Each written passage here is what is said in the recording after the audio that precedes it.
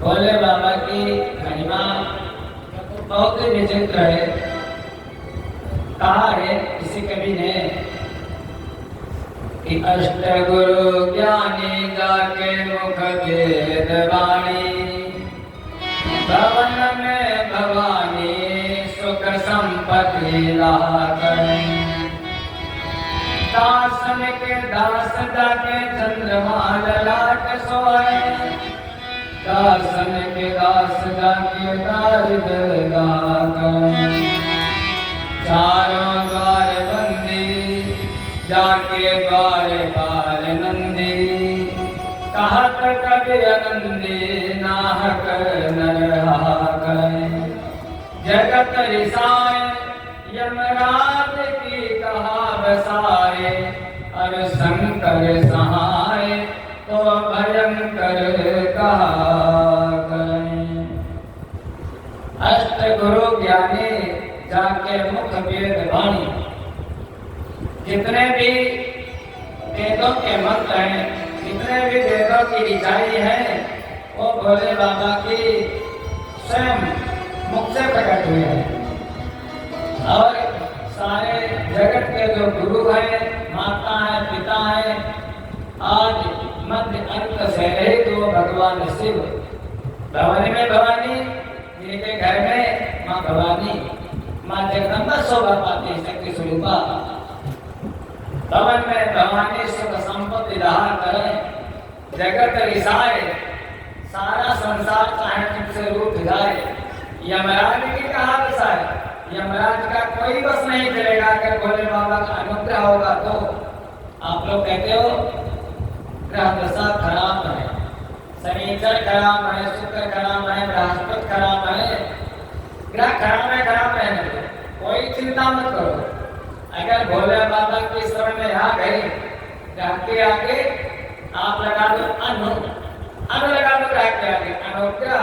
अगर भोले बाबा का अनुग्रह प्राप्त हो जाए तो ग्रह कुछ बिगाड़ नहीं पाएंगे। हमारा कार्य होने की सकें त्रिपुरारी, वो भोले बाबा। जगत रिसाए, सारा संसार उठ जाए, यमराज की कहा बसाए। यमराज का बस चलने वाला नहीं है। शंकर सहाय तो भयंकर कहा करें। अगर भोले बाबा हमारे रक्षक, तो हमारा कोई कुछ बिगाड़ नहीं सकता। और वो भोले बाबा रहते कहाँ हैं? विचार करो। आप लोग उनको बाहर ढूंढने जाते हो, पता नहीं कितने मंदिर ढूंढ डाले, पता नहीं कितने तीर्थ ढूंढ डाले। इस जीवन में ये कर लो, उस मंदिर चले जाओ, उस मंदिर चले जाओ, द्वादश ज्योतिर्लिंग का दर्शन कर लो। महाराज जगह जगह जा करके एक एक हमारे यहाँ का जो पत्थर है वो शंकर है, हमारे भारत भूमि का। जहाँ जहाँ जाते हो मत्था टेकते टेकते टेकते टेकते, लेकिन भोले बाबा का कभी साक्षात्कार हुआ? कभी दिखाई दिए? नहीं दिखाई दिए। दिखाई देते कैसे? एक बार नारद जी गए भोले बाबा के पास। भोले बाबा ने कहा, नारद क्या करो, हमारे भक्त तो हमारा पीछे नहीं छोड़ते हैं। मैं जहाँ जाता हूँ हमारे भक्त पीछे पीछे चैन नहीं ले रहे। दर्शन दर्शन दर्शन क्या करूँ? नारद ने कहा, प्रभु ये जो तुम्हारे भक्त हैं बड़े विचित्र हैं।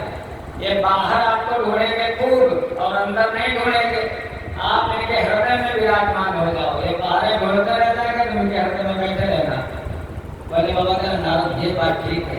भोले बाबा भक्तों के हृदय में विराजमान हो गए। ईश्वर सर्वभूतानां हृदय से अर्जुन तिष्ठति, भ्रामयन् सर्वभूतानि यन्त्रारूढानि मायया। ईश्वर, वो ईश्वर सर्वभूतानां, जितने भी जीव हैं, जितने भी लोग हैं, जितने भी व्यक्ति हैं, हृदय से अर्जुन तिष्ठति। हे अर्जुन, वो परमात्मा तो हृदय में निवास करता है, लेकिन भ्रामयन् सर्वभूतानि, जितने भी लोग हैं इधर उधर भ्रमण करते रहते हैं, बाहर ढूंढते हैं लेकिन अपने अंदर नहीं ढूंढते। कैसे? जो तिल माहे तिल है, जो चकमक में आग, तेरा साए तुझ में जाग सके तो जैसे इनके अंदर सरसों के अंदर तेल होता है लेकिन आप लोगों को दिखाई नहीं देता, लकड़ी के अंदर अग्नि है लेकिन आप लोगों को दिखाई नहीं देती, पत्थर में आग है आप लोगों को दिखाई नहीं देती, जो चकमक में आग तेरा साईं तुझ में, वो तुम्हारा परमात्मा तुम्हारे अंदर है लेकिन आप लोग उसको अनुभव नहीं करते हो। कैसे? हवा बहुत तेज चल रही है, हवा को देखा आप लोगों ने कभी? कभी देखा? हवा का क्या अनुभव करते हो? हवा लग रही है लेकिन दिखाई नहीं देती। लाइट आ रही पर जल रहा है, बिजली है लेकिन बिजली उत्पन्न कहाँ से होती है? बिजली आप प्रकाश देखते हो लेकिन बिजली कैसी है, करंट कैसा है, करंट आपने कभी नहीं देखा, करंट का केवल अनुभव करते हो। ऐसे वो परमात्मा, उनका अनुभव गम्य बजाएंगे संता, उनका अनुभव किया जा सकता है महाराज। इन चरम चक्षुओं से उनको देखा नहीं जा सकता ईश्वर को। वो भगवान कहाँ रहते हैं? तो अपने अंदर ही रहते हैं। बोले बाबा कैसे? आत्मा त्वं गिरिजामतिं सहचरा प्राणा शरीरं ग्रहम्। आत्मा त्वं, ओ बोले बाबा आप लोगों के अंदर जो आत्मा है, जीव नहीं, जीव तो अनेक है लेकिन आत्मा, अब जितने लोग बैठे हो सबके जीवन अलग अलग, ईश्वर अंश जीव विनाशी, जीव अनेक है लेकिन आत्मा तो केवल एक है। आप लोग भिन्न भिन्न दिखाई दे रहे, लेकिन जो आत्मा आपके अंदर वही हमारे अंदर, वही उनके अंदर, एक चींटी से लगा करके और हाथी पर्यंत आत्मा एक ही है। इसलिए आत्मा है कौन? आत्मा तुम, वो भोले बाबा ही जो अनादि अनंत है, वो भोले बाबा ही आपकी आत्मा है। आत्मा तुम गिरिजामतिम, जो मति, जो बुद्धि, जो विवेक, वो कौन है? माँ पार्वती, वो आदि शक्ति। क्योंकि बिना शक्ति के आप लोग न तो उठ सकते हो, न चल सकते हो, न बोल सकते हो, न देख सकते हो। इसीलिए कहा जाता शक्ति स्वरूपा। वात्सल्य में, करुणा में माताएं इसीलिए आगे होती हैं। माताओं में ताकत ज्यादा नहीं होती, बल कम होता है, लेकिन बुद्धि बहुत होती है। वो ज्यादा बोझा उठा नहीं सकती लेकिन उठवा जरूर सकती है। बिना शक्ति के एक बार भगवान आज जगत गुरु शंकराचार्य जी, भोले बाबा के परम उपासक, अद्वैत मत के विचारधारा वाले महाराज जगह जगह भ्रमण करते हैं। भोले बाबा का दर्शन किया, भोले बाबा की आराधना, निर्गुण निराकार उसी का चिंतन, शक्ति को थोड़ा किनारे कर दिया। एक बार हुआ क्या, उनको अतिसार हो गया, मारा दस्त लग गया, शरीर जैसे कहते ना कालरा बन गया। अब उनका शरीर बड़ा महाराज कमजोर हो गया, बहुत दुर्बल हो गए, शक्ति क्षीण हो गई। एक किनारे बैठे, कहीं काशी का मामला, काशी की घटना, एक किनारे बैठे, तब तक एक ग्वाली आई थी, दही का मटका उसके कमर पर और लेकर के ग्वाली आई। तो शंकराचार्य भगवान कहने लगे, अरे माँ थोड़ा सा दही हमको खिला दे। उसने कहा क्यों? कहेंगे शक्ति नहीं रह गई, हमारे शक्ति नहीं रह गई, मैं भगवान की स्तुति करूं, भगवान के पास जाऊं। उस ग्वाली ने कहा, ये बताओ बेटा, क्या आपने शक्ति की उपासना की है? क्या आपने शक्ति का चिंतन किया है? तुम तो ब्रह्म का चिंतन करते रहे, तो शक्ति का तुमने तो चिंतन ही नहीं किया।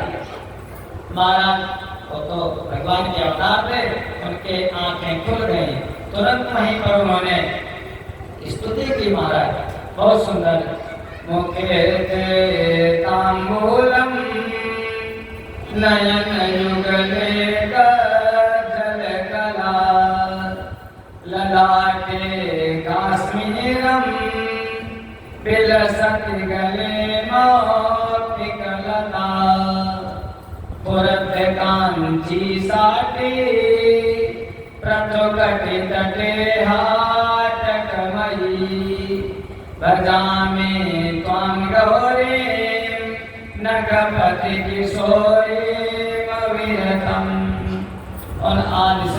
की स्तुति की। इसका नाम है आनंद लहरी। आनंद लहरी से माँ का चिंतन किया और वही जो ग्वालिन थी कोई और नहीं थी, तो यही माँ का कात्यायनी, ये तो भगवान की अर्धांगिनी यही प्रकट हुई थी। प्रकट हो गई, आशीर्वाद दिया, तो बड़े स्त्रोतों का वहाँ पर पाठ किया उन्होंने। महाराज अन्नपूर्णा स्त्रोत की रचना की है काशी में ही।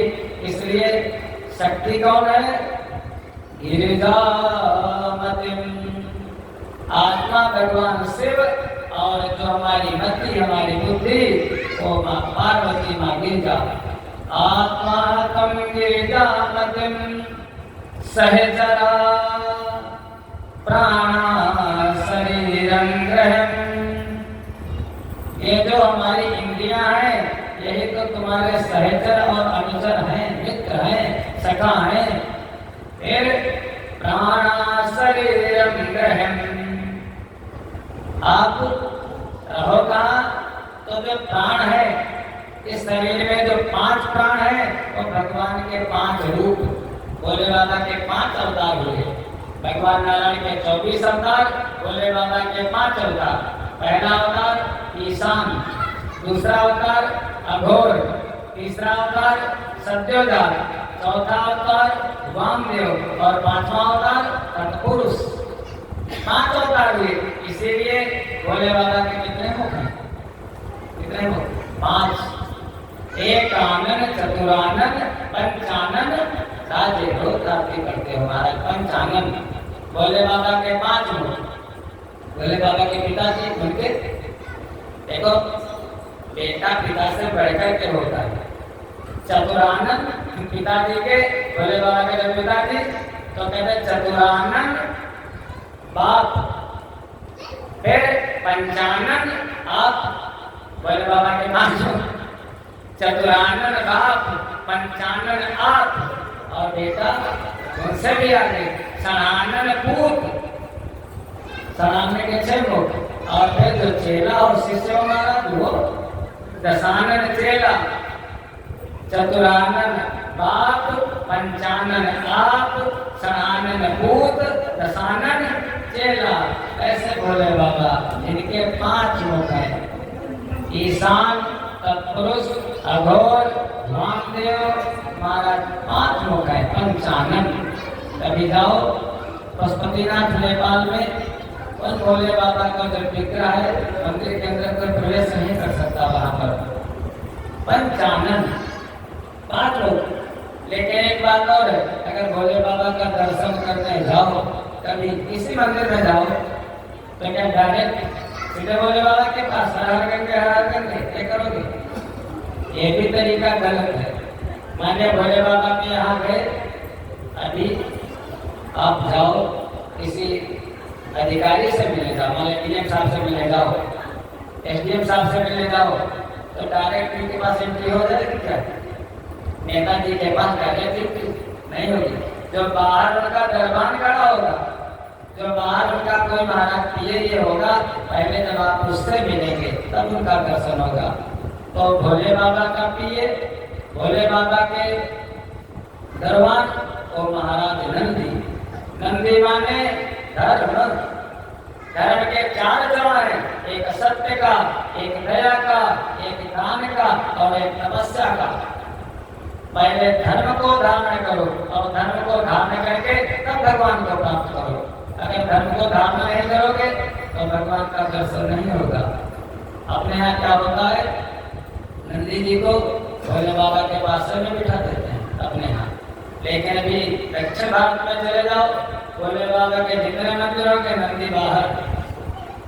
नेपाल पशुपतिनाथ देखा, नंदी भगवान हमारे दरोगा साहब गए होंगे, बाहर नंदियां इतने भारी, पीतल के, भोले बाबा इतने बड़े और नंदी छत के बराबर ऊंचे, इतने भारी नंदी।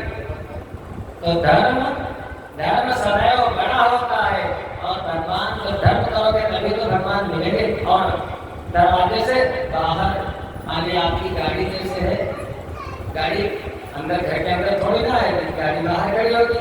तो नंदी भोले बाबा की गाड़ी, तो पहले नंदी जी का नाम, उसके बाद भोले बाबा का। भोले बाबा का तो सबसे बाद में, उनके बेटे का पहले, उनकी पत्नी का, भोले बाबा का सबसे बाद में, परिवार के मुखिया है ना, इसलिए आत्मा तुम गिरिजामतिम सहचरा शरीरम ग्रहम, रहो कहाँ? तुम्हारे शरीर में रहो। हमारे 5 प्राण, वही भोले बाबा के 5 स्वरूप। पूजा के विषयोपभोग रचना, हे भोले बाबा मैं आपकी पूजा कैसे करूं? पूजा की विधि तो जानता नहीं हो, तो प्रभु जो मैं विषयों का भोग करूं, विषय भोग मान लिया, मैं भोजन करूं, मैं सांस लूं, मैं जल पीऊं, मैं जो कुछ भोग करूं अपनी इंद्रियों से, वो तुम्हारी पूजा हो जाए। पूजा के विषयोपभोग रचना निद्रा समाधि स्थिति,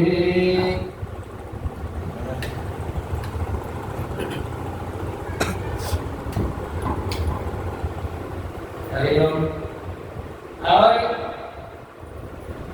प्रभु मैं समाधि को लगा नहीं सकता, समाधि लगाना मैं जानता नहीं हूँ, कैसे समाधि लगाऊं मुझे नहीं पता है। इसलिए प्रभु जब मैं निद्रा लूं, जब मैं सो जाऊं, तो वही हमारी समाधि हो जाए। निद्रा समाधि स्थिति संचार पदयो प्ररक्षण विधि स्तोत्राणि सर्वागिरो, संचारा पदयो प्रदक्षिण विधि, प्रभु आपकी परिक्रमा कैसे कर सकता हूँ? वो निर्गुण निराकार, वो तो सारे संसार में व्यापक, भोले बाबा तो उनकी प्रदक्षिणा कौन कर सकता है? प्रभु मैं जितने कदम चलूं, संचारा पदयो प्रदक्षिण विधि, मैं जितने कदम चलूं वो आपकी प्रदक्षिणा हो जाए। संचारा पदयो प्रदक्षिण विधि स्तोत्राणि सर्वागिरो, प्रभु मैं आपकी स्तुति तो कर नहीं सकता, प्रभु मंत्र यंत्र तंत्र मुझको कुछ मालूम नहीं, इसलिए मेरी वाणी से जो कुछ भी निकले वो प्रभु आपकी प्रार्थना हो जाए। संचारा पदयो प्रदक्षिण स्तोत्राणि सर्वागिरो, जितनी हमारी वाणी निकले, जो कुछ अच्छा भला निकले, आपकी स्तुति हो जाए। यत यत कर्म करोमि तत्तदखिलं शंभो तव आराधनम्, यत यत कर्म, हे प्रभु मैं जो कोई भी कर्म करूं, चाहे अच्छा करूं और चाहे बुरा करूं, वो सब यत यत कर्म करोमि तत्तदखिलं, वो सारे कर्म आपको समर्पित हो जाएं। ऐसा भाव होना चाहिए उन भगवान शिव को प्राप्त करने के लिए। उनको ढूंढने कहीं बाहर नहीं जाता है, उनको ढूंढने के लिए बस थोड़ा सा ध्यान लगाओ। कहते हैं श्रेयो हि ज्ञानमभ्यासा ज्ञानाध्यानम विशिष्यते, ज्ञान बहुत सुंदर है, ज्ञान से भगवान को प्राप्त किया जा सकता है, लेकिन ज्ञान से भी ज्यादा श्रेष्ठ भगवान का ध्यान है।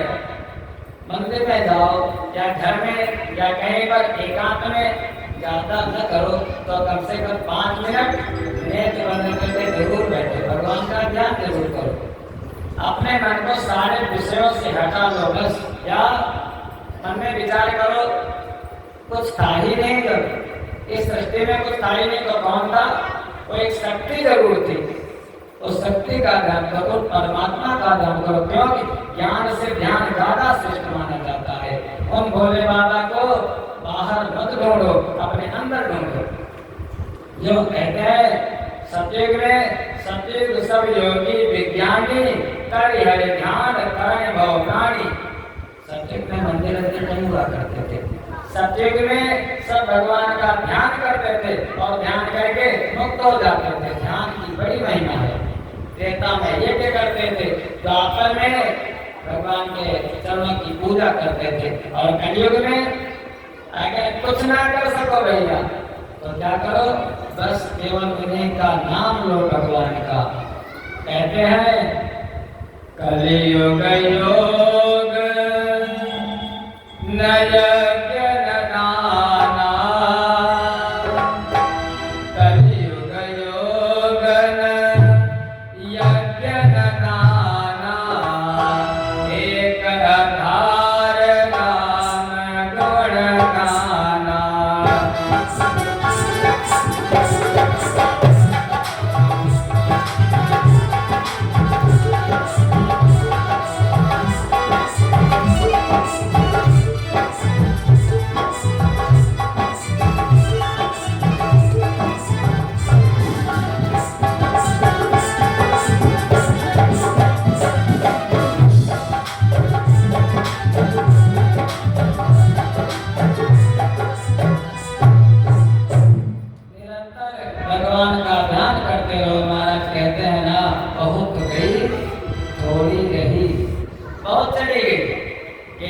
10 साल चली गई, 15 साल, आप सोचो बहुत लंबा जीवन है। महाराज कितना है, बस एक बुदबुदे के जैसे, जैसे बरसात हुई बुदबुदा उठा और क्षण मात्र में फूट गया, बस इतनी जिंदगानी। आप तो अरे अभी भजन क्या करेंगे, अरे अभी समय क्या हुआ है। प्रहलाद ने सोचा होता, ध्रुव ने सोचा होता तो महाराज जो भजन कैसे, शिवाजी ने सोचा होता, मीरा नरसिंह ने सोचा होता, जरा सी जिंदगानी में महाराज कब करोगे। ये जिंदगी, ये मनुष्य का जीवन दोबारा नहीं मिलेगा। इसलिए कलयुग योग तो कर नहीं सकते। योग माने प्रातः काल, वो योग कहते योगा, वो योग नहीं। वो योग क्या है, योग माने दो वस्तुओं का आपस में जुड़ जाना। योग दो धन दो बराबर 4, दो वस्तुओं का जुड़ जाना, मान लिया भगवान का और जीव का आपस में मिल जाना, उसे को कहते हैं योग। तो कलयुग में योग तो आप कर नहीं सकते हो। कलयुग योग न यज्ञ में धन की आवश्यकता होगी, वो भी माना थोड़ा मुश्किल है। न दाना, जब अपने पास नहीं तो दान इतना कैसे करोगे, लेकिन करना चाहिए।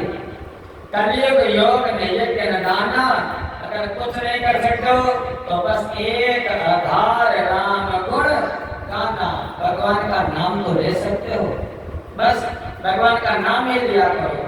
इतनी लंबी जिंदगी नहीं है महाराज, क्या पता किस में बुलावा आ जाए। और बहुत बीत गई, बहुत गई, थोड़ी रही। सुना नहीं सुना, कहावत सुनी होगी लेकिन कथा नहीं सुनी होगी। एक कोई नट था और एक कोई नटनी थी। नट और नटनी दोनों किसी राजा के यहाँ गए, तो राजा का बढ़िया दरबार लगा था, दोनों नाचने लगे, कुछ पैसा मिलेगा, धन मिलेगा। सायंकाल का समय, रात्रि का समय, रात्रि में वो नट बजाता जाता और जो नटी थी वो नाचती जाती। एक पहर बीता, रात के 2 पहर बीते, लेकिन पैसा आ ही नहीं रहा। कीर्तन बजाने में पैसा आ रहा है, तो बजाने वाले का मन लगता है, तो गाने वाले का मन लगता है, पैसा आएगा। अब वो जब एक घड़ी, एक प्रहर रात्रि बची, तो वो जो नटी थी वो नट से बोली, बहुत गई थोड़ी रही, था के पंजर आए। अरे बहुत चली गई, अब मैं थक गई हूँ, अब हमसे नाचा नहीं जाता। तो नट ने कहा, अरे बहुत गई थोड़ी रही, थोड़ी हूप निजाए, कहे नटा सुन ओ नटी, कहे रंग में भंग मिलाए। अरे इतनी रात्रि चली गई, अब थोड़ी और रह गई है, अब रंग में भंग मत कर, थोड़ा और नाच ले। तब तक राजा का बेटा राजकुमार सुन रहा था।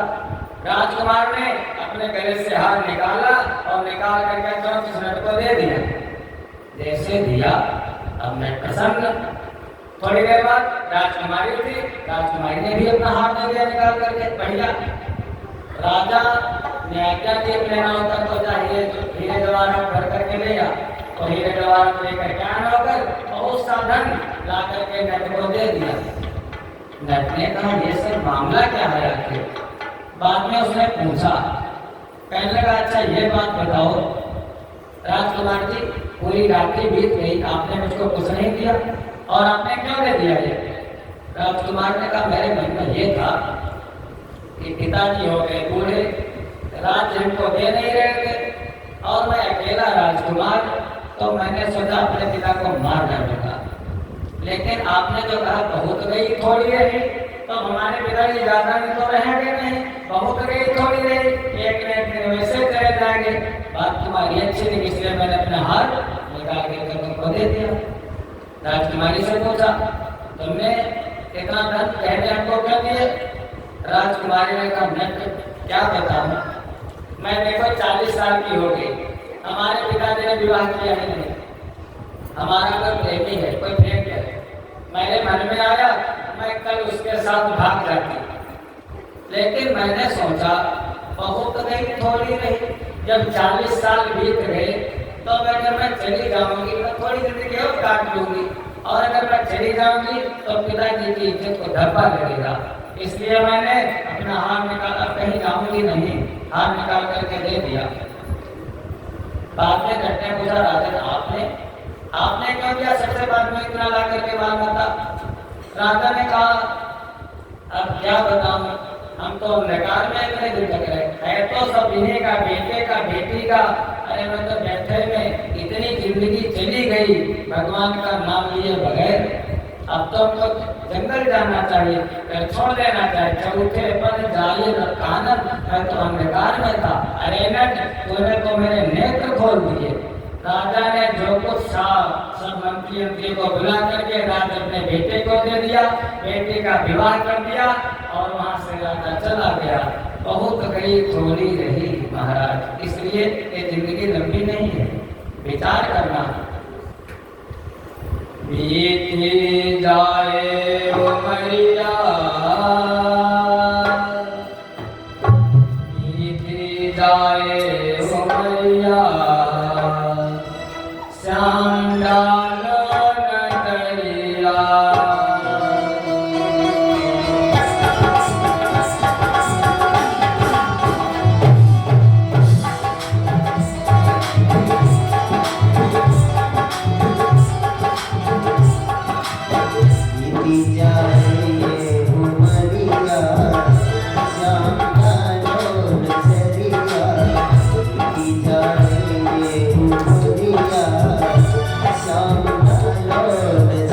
Yeah.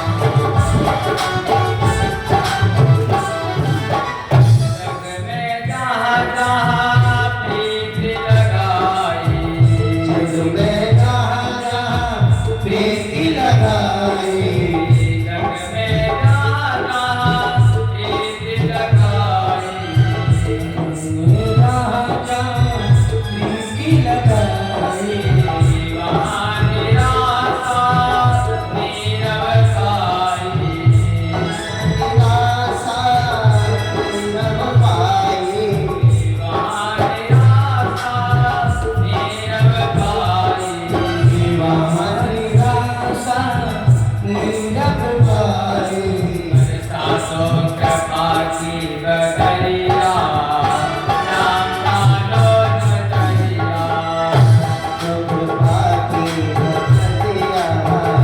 श्याम कालो बदरिया बीती जाए ये उमरिया श्याम कालो बदरिया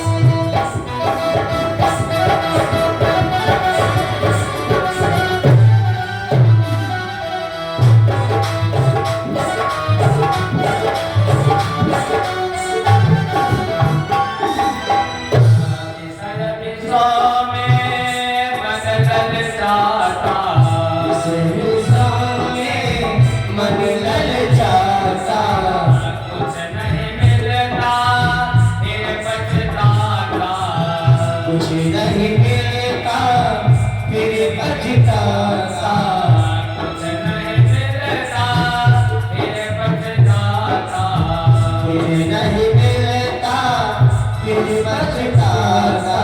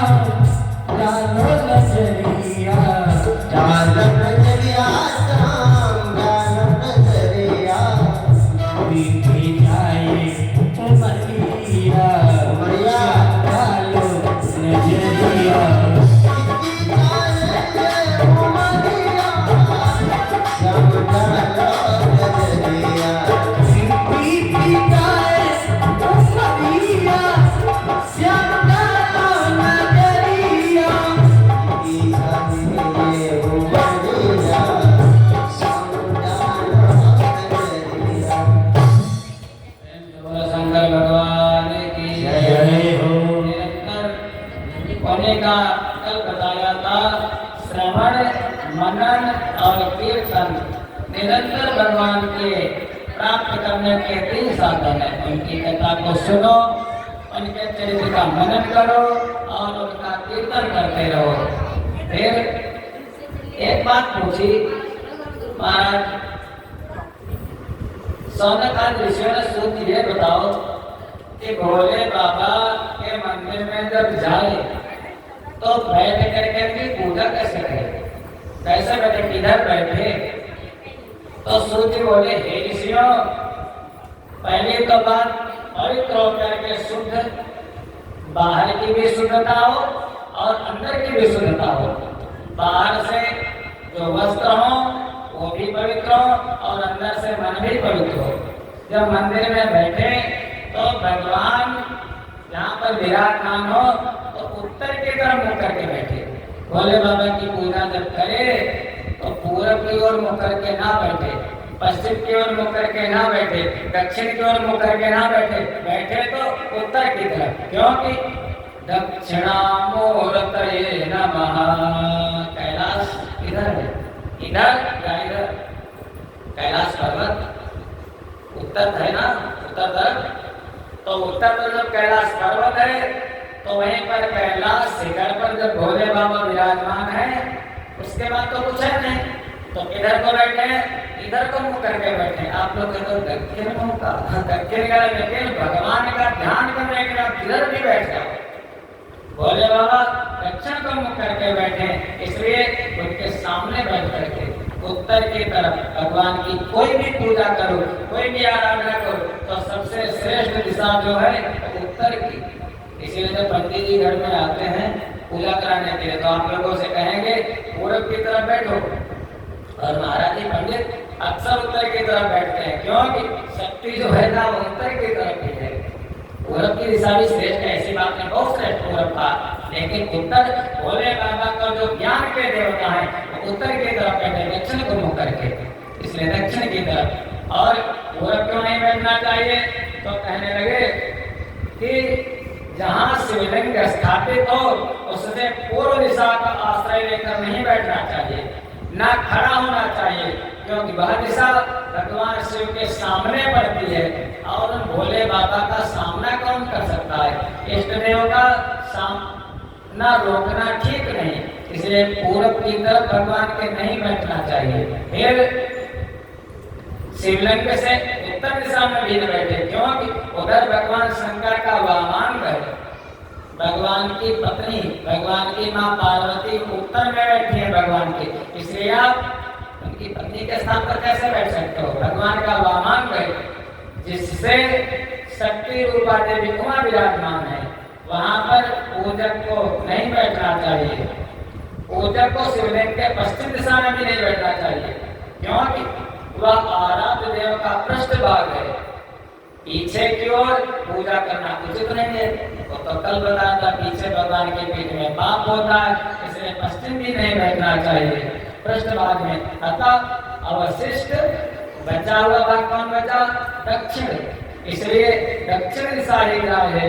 साधक को महाराज दक्षिण की दिशा में बैठ करके और उत्तर को मुख करके, चाहे कोई पूजा करे भोले बाबा की, उधर ही बैठ करके करे, ऐसा शिव पुराण का मत है।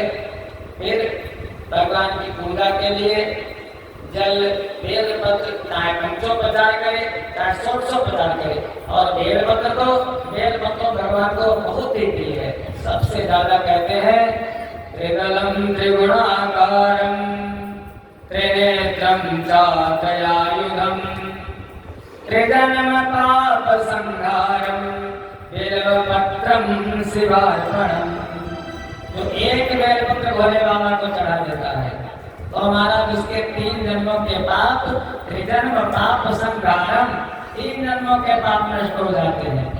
बहुत से भक्त लोग क्या करते हैं, चंदन से बेल पर क्या लिखते हैं, बेलपत्र पर भोले बाबा के आराध्य राम लिख देते हैं। भोले बाबा को अच्छा लगता है, महाराज वो चढ़ा दो, इतनी अच्छी बात। तो और बेल का वृक्ष जो है बादशाह में था, लेकिन जब मंदिर बना तो हमारे मतलब पहले कह रहे थे ये हटाना पड़ेगा, तो हटा, बहुत बढ़िया बेल का वृक्ष था। अगर दर्शन कर लो बेल के वृक्ष का, महाराज मूल भाग में, बेल के मूल भाग में ब्रह्मा निवास करते हैं, सारे तीर्थ निवास करते हैं। जो पुण्यात्मा मनुष्य बेल के मूल भाग का दर्शन कर लेता है वो साक्षात भगवान के लिंग का दर्शन कर लेता है, वह निश्चय शिव पद को प्राप्त हो जाता है। जो बेल की जड़ के पास जल से अपने मस्तक को सींचता है, बेल के जड़ के नीचे जो जाकर के मत्था टेक लेता है महाराज, वो समझो साक्षात भगवान शिव को मत्था टेक रहा है। फिर जो कोई बेल के वृक्ष को लगा करके उसका तालाब बनाकर उसमें जल भर देता है, भोले बाबा उस पर बहुत प्रसन्न हो जाते हैं। उसको देख करके भोले बाबा बहुत प्रसन्न होते हैं। इसलिए बेल का जो दर्शन है बहुत ही पुनीत माना जाता है। और कम से कम जब आजकल हम लोग क्या करते हैं, जब तक बेल पत्ती रही तब तक तो नीचे से तोड़ लिया, जब बेल पत्ती नहीं रही तो हम लोग क्या हो, माली लोग जाकर के उसकी डाल ही तोड़ देते हैं। डाल तोड़ करके ले आएगा तो बता पड़े हुआ है बात, अरे बेल पत्ती भी तोड़ दो मंत्र पढ़ करके, और अगर डाल तोड़ करके तो पाप कर दिया। दर्शनम बेल वृक्ष से स्पर्शनम पापनाशनम, दर्शन से और स्पर्श से छू लो तो पापनाश, और अगर उसकी डाल तोड़ दो, अगर कोई बेल को काट देता है नीचे से तो उसके स्पष्ट यहाँ पर है, क्या बताओ, उसके वंश का विनाश प्रारंभ हो जाता है। इसलिए बेल को कारण नहीं काटना चाहिए। पेड़ को नुकसान नहीं पहुंचाना। भगवान का संग जैसे पीपल का वृक्ष, जैसे पेड़ का वृक्ष, अपने धर्म में तो सभी पुनीत माने जाते हैं महाराज। पेड़ों के वृक्ष की बहुत महिमा है। त्रिदलम त्रिगुणाकारम त्रिनेत्रम चातयाघम। भाई ऐसे विचार करो, 3 गुण है। कौन कौन? सतोगुण, रजोगुण और तमोगुण। समय है, हमें आप लोगों में समय है, और तीनों गुणों को समान रहना चाहिए। 8 घंटे सतोगुण, 8 घंटे तमोगुण, 8 घंटे रजोगुण। 8 घंटे तक भगवान से न लगाओ, सतोगुण में रहो। 8 घंटे महाराज काम करो, उधर पोषण के नौकरी करो, और 8 घंटे निद्रा लो। और वही 3 गुण ये बोले बाबा, अपने 3 गुणों को आपको बेलपत्री चढ़ाना। आप देखो किसी भगत की आदत है, और बढ़िया आदत है, ऐसे सबका नहीं होता।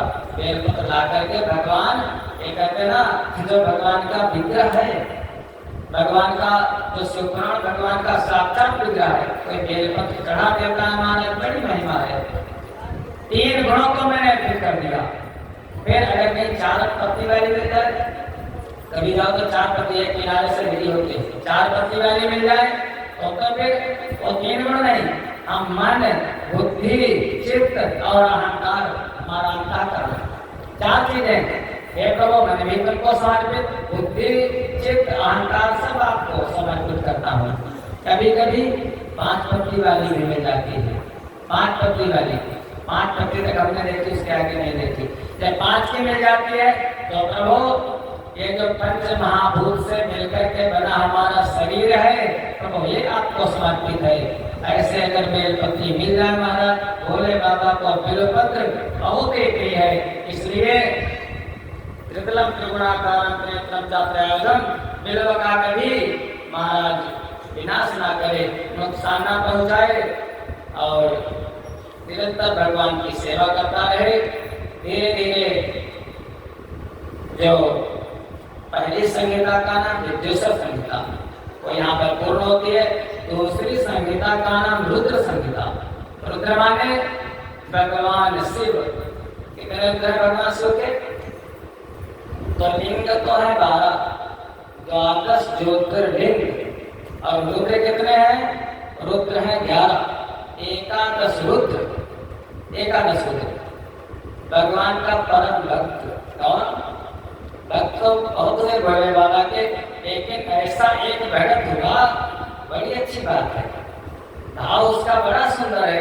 वो दर्शन करने जाता था, एक बार जिद कर दिया, अब मैं अपने घर में बढ़िया हूँ, घर में हमारे बढ़िया पंखा है, कूलर है, एसी है। अरे कहते टूटी फूटी झोंपड़ी है, लेकिन अपना घर तो अच्छा लगता सभी को। और कोई हमसे कहे, आपसे कहे चलो हमारे घर को, हमारे गाँव को चलो, तो अगर जबरदस्ती करे तो आप क्या करोगे? बताओ, कितना भी आपका चाहने वाला हो, आपको अच्छा नहीं लगेगा, कितना भी भगत हो। ऐसा भोले बाबा का भगत कहीं लगा, चलो हमारे घर को, हमारे गांव को चलो, हमारे गांव में रहो चल करके। देखो दोनों, ये प्रेम से होता है, बगैर प्रेम के नहीं होता।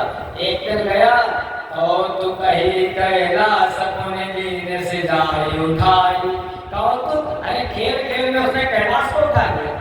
जो तीनों लोगों के स्वामी भगवान शिव, जो तीनों लोग के अंदर समाये, वो कैलाश को जड़ से उठा दिया और चल दिया। महाराज भोले बाबा ने कहा अच्छा। तब भोले बाबा ने अपना भार बढ़ाया। अब जब उसका अंगूठा दबने लगा, तब पर उसने स्तुति की, जटा नवी गलत जल प्रवाह पावन तस्तने गले वलंब लंबिता भुजंग तुंग मालिका टमक टमक टमक टमक नाथ टमक वयम चकार चंड तांडव नमोनासवासो। भोले बाबा प्रसन्न हो गए, बस वहीं पर रख दिया। करके अब आगे नहीं जाऊंगा, वहीं पर भोले बाबा विराजमान हो गए। तो ऐसे विलक्षण एक और भक्त था, एक भक्त ऐसा था, उसने कहा प्रभु, उसने प्रसन्न कर दिया, भोले बाबा प्रसन्न। उसने कहा मेरी नगरी, मेरी सेना, मेरे कुल के अधिनायक को आपत्ति समय में ध्यान करूं तो आकर मेरे सहायक हो। भोले बाबा उसके नगर में चल करके आ गए थे। नगर देवता बने, कुल देवता बने, ग्राम सेनापति भी बन गए उसके। उसका नाम था बाणासुर, जो विरोचन का बेटा, प्रहलाद का पौत्र। प्रेम से भोले बाबा, ऐसे भोले बाबा की महिमा एक समय की बात पूछा, सूत जी ने भोले बाबा ने जहाँ पर तपस्या की है वहीं पर कभी एक ऋषि थे, जिन ऋषि का नाम है महाराज देव ऋषि।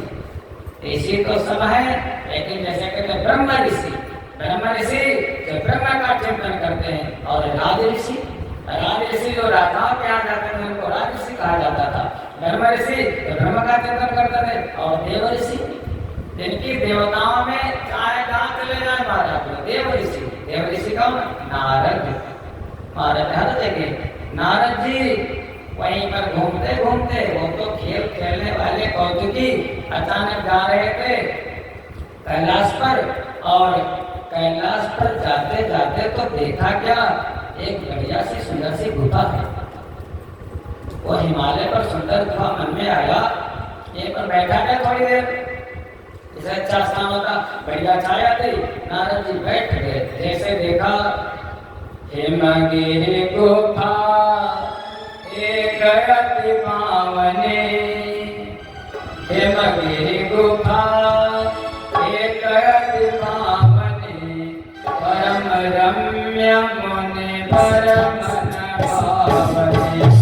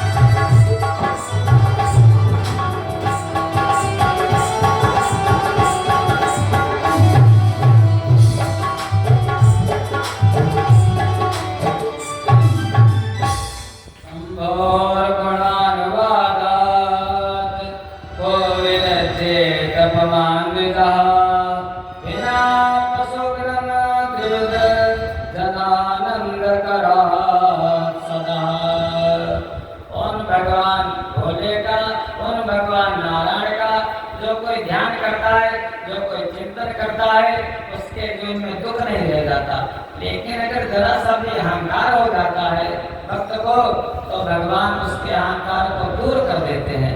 जैसे बैठे देवर्षि, अचानक उनका मन लग गया, और मन लग गया जब, तो एक है देवराज इंद्र। देवराज इंद्र के मन में क्या होता है, वो सोचते अगर कोई ज्यादा तपस्या करेगा, कोई ज्यादा हमसे बलवान हो जाएगा, तो हमारे इंद्रासन को छीन लेगा।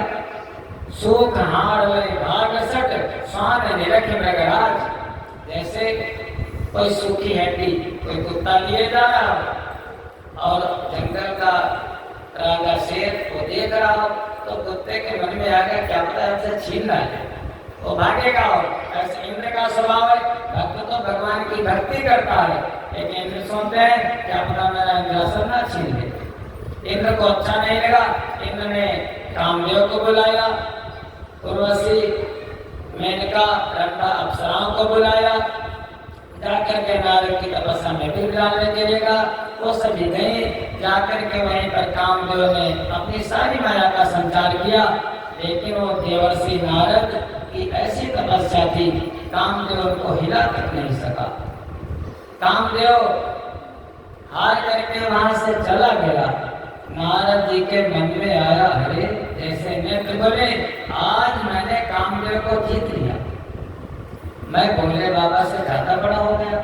इसलिए भाई भोले बाबा ने तो कामदेव को जीता नहीं था, कामदेव को जला दिया था, भस्म कर दिया था, काम का बाण लगा था, कामदेव को भस्म कर दिया था। और अरे मैंने तो जीते जी, मैंने कामदेव को जीत लिया, मैं भगवान से बड़ा। ये भाव जहाँ जाता है वहीं पर गड़बड़ हो जाता है। महाराज वहां से चले देवर्षि, और मैंने ऐसा काम कर डाला, किसी को अगर बताऊं ना तो फिर अरे दुनिया वाले जाने, तो हम लोग यही करते हैं, अरे मैं इतना बड़ा आदमी हूँ, हमारे पास इतना पैसा है, हमारे पास ये फॉर्च्यूनर पार्टी एक गाड़ी है, कम से कम लोग बोलने वाले जान ले मैं इतना बड़ा हूँ, प्रदर्शन तो हमारा दिखाई दे। अभी नारद अरे कामदेव को जीत लेना, अरे जाने तो लोग चलो चल करके किसको बताऊं? अपने पिताजी को बताऊंगा। पहले ब्रह्मा जी के पास गया, अरे पिताजी मैंने कामदेव को जीत लिया। ब्रह्मा जी ने कहा ठीक है, जीत लिया है, बढ़िया बात है, लेकिन बेटा मैं तो तुम्हारा पिता हूँ, हमको बताया सो बताया, लेकिन अब किसी और को मत बताना। बेटा कहने लगा, बेटा कभी कभी ना पिताजी से ज्यादा बुद्धिमान बन जाता है। पिताजी को ऐसे क्या करते हैं, अरे मैं बताऊं कहाँ, पिताजी नहीं बताऊंगा, लेकिन चले तुरंत कहा कैलाश भोले बाबा के पास आए और भोले बाबा से बातचीत होने लगी। तो भोले बाबा से कहा प्रभु, हे भोले बाबा आपने तो जला दिया था उसको और मैंने कामदेव को जीत लिया। भोले बाबा ने कहा हाँ ठीक है नारद, तुमने जीत तो लिया है, लेकिन ऐसा करना, हमको बताया सो बताया, लेकिन अब आगे अगर कोई तुमसे पूछे तो कभी बताना मत किसी से। नारद का इनको भी अच्छा नहीं लगा, क्योंकि मैं इससे आगे हूँ। भोले बाबा भक्त का कितना ध्यान रखते हैं। भोले बाबा ने नारद जी के हाथ जोड़ दिए, हे मुनिवर मैं तुम्हारी वंदना करता हूँ। बार बार बिनवो मुनि तोहि, बार बार बिनवो मुनि तोहि, सिमिया कथा सुनायो मोहि।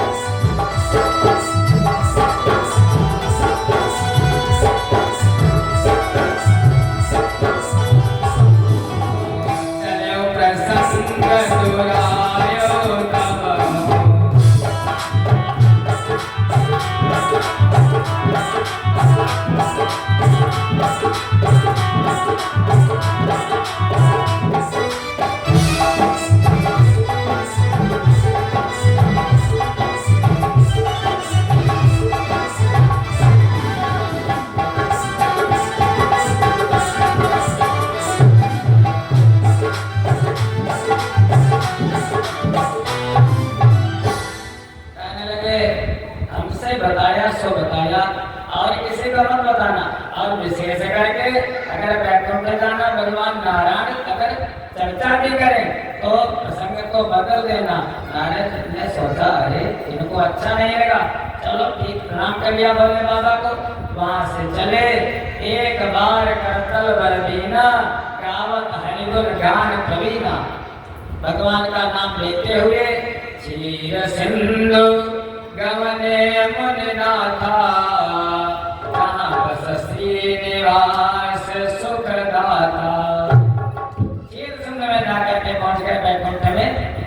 महाराज भगवान ने आज वो तो सब कुछ जानने वाले भगवान उठ करके खड़े हो गए। हरस उठे प्रभु कृपा निकेता, उठ करके खड़े हो गए। अरे नारद आप पधारे पधारो।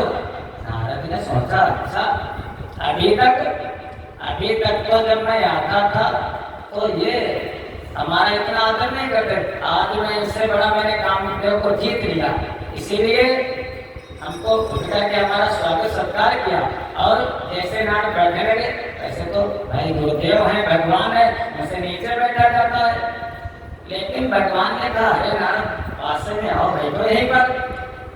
अपनी शेषैया पर, अपने बेटे पर भगवान ने अपने बराबर में नारद को बिठा दिया। ये क्या है? ये भगवान की माया, नारद का अहंकार। महाराज आकर के जैसे अभी नारद को बोध नहीं हुआ, पास में बैठा लिया। जब पास में बैठे अब तो और अहंकार बढ़ गया। भगवान भोले बाबा ने मना किया था, काम चरित नारद सब भाखे, जब तक प्रथम भरत शिव राखे। भोले बाबा ने मना किया था, लेकिन नारद जी ने सब कुछ बता दिया। प्रभु अरे मैंने कामदेव को जीत लिया। देखो एक बात ध्यान देना, भगवान को मानना आसान है, आप सभी लोग भगवान को मानते हो, लेकिन भगवान की मानना, भगवान की मानना बहुत कठिन है। भगवान कहते हैं कि अपने धर्म का त्याग मत करो, अपने धर्म की रक्षा करो, यज्ञ करो, दान करो, तपस्या करो, झूठ मत बोलो, माता पिता की सेवा करो। महाराज लेकिन भगवान को खूब मानते हो, लेकिन भगवान की नहीं मानते हो। एक बार अभी भगवान नारायण के मस्तक में दर्द हुआ, सर में दर्द हुआ, तो नारद जी ने कहा, नारद जी गए, भगवान नारायण ने कहा, नारद अरे बड़ा दर्द है हमारे सर में। नारद जी ने कहा तो प्रभु, कहने लगे किसी भगत के चरणों की रज मिल जाती, भगत के चरणों की अगर धूली मिल जाती तो हमारा सर दर्द खत्म हो जाता। अश्विनी कुमार जी ने बताया देवताओं के वैद्य। नारद ने कहा अच्छा ठीक है प्रभु। कहने लगे आप भी तो भगत हो, आप ही दे दो। नारद ने कहा अरे क्या हमको नरक जाना है क्या? वहां से इधर उधर नारद घूमने लगे, जिस भगत के पास जाते प्रभु के सर में दर्द है, थोड़ी सी तरह रख दे दो, कोई भगत देने के लिए तैयार नहीं। भगवान को सब मानते हैं, लेकिन भगवान की मानने के लिए कोई तैयार नहीं। देवर्षि नारद पहुंचे जाकर के यमुना जी के तट पर रमण रेती में, वृंदावन में बहुत सी सखियां थी। यथावत गोपिका नाम ब्रजबालाएं, ब्रजबालाओं से कहा नारायण के सर में दर्द है, थोड़ी चरण की रज मिलेगी। गोपिकाओं ने तुरंत अपने चरणों से बैठा बढ़िया अपना दुपट्टा और चरणों से चरणों की रज झाड़ झाड़ करके वहीं पर रखने लगी। सौंदर्य की भी कम है, गोपिकाएं जाती यमुना में अपने पैरों को डुबो लेती, फिर आकर के वहीं पर झाड़ देती। इतनी बड़ी पोटली लेकर के नारद जी चले। महाराज आए जैसे भगवान के वैकुंठ में, भगवान को तो बहाना था, खाली भगवान का जो दर्द था वो ठीक। कहने का मतलब मैं चाहे नरक में जाऊं चाहे स्वर्ग में जाऊं, लेकिन तब सुखे सुखित्वम, हमारा प्रेमी हमारे प्रभु कैसे भी रहे सुख में रहे, बस कैसा भी हो, मैं मोटा या खरा ये तो शरण में आ तो गया, ऐसा भाव होना चाहिए। महाराज नारद ने सब कुछ बता दिया। भगवान ने सोचा नारद अब तो तुम्हारे मन में अहंकार आ गया और अंकुरे गर्व तरुधारी एक समय डारियों उखारी। नारद ये बात ठीक, तुम्हारे भक्त होते हुए भी एक होते हैं इनको कहते दीवाने आम, एक होते हैं इनको कहते दीवाने खास। जो भगवान के भक्त हैं, दो प्रकार के भगवान के भक्त हैं ऐसे।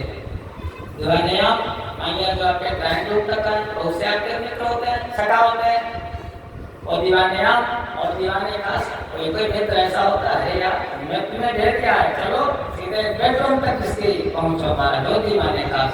नारद जी दीवाने आम नहीं, नारद जी दीवाने खास है। महाराज भगवान होता कैसे, कहते हैं मेरे मार्ग पर पैर रखकर तो देख, सब मार्ग में खोल दो तो कहना। नारद जी वहां से जैसे चलने लगे भगवान से मिलकर के, भगवान ने सोचा ठीक है। नारद जी आ रहे थे, रास्ते में देखा वैकुंठ से भगवान ने कैसी माया रची। बीरे छो मगमहो नगर एक, सत जो जन विस्तार, श्रीनिवास पुर के अधिक, रचना विविधे प्रकार। रास्ते में अभी जा रहे थे तो कुछ नहीं था, इसी को कहते हैं माया। अघटित घटना पटत यशीसा माया, जो होना और आप लोगों को दिखाई दे। जैसे कहते हैं संसार, संसार में संसार, यहाँ पर कोई सार है ही नहीं। कहते जगत जा गा ता जायते गच्छत तिष्ठत, ये निरंतर सरक रहा है। संसार माने जो निरंतर सरक रहा है, इसी को कहते संसार है झूठा। बार बार कहते जगत झूठा, जगत झूठा। अरे ब्रह्मा जी ने अपने मन से बनाया है, और ईंट पत्थर लेकर के नहीं बनाया। ब्रह्मा जी की मानसिक सृष्टि है, लेकिन आप लोगों को दिखाई क्या देता है, ये सच्चा दिखाई देता है।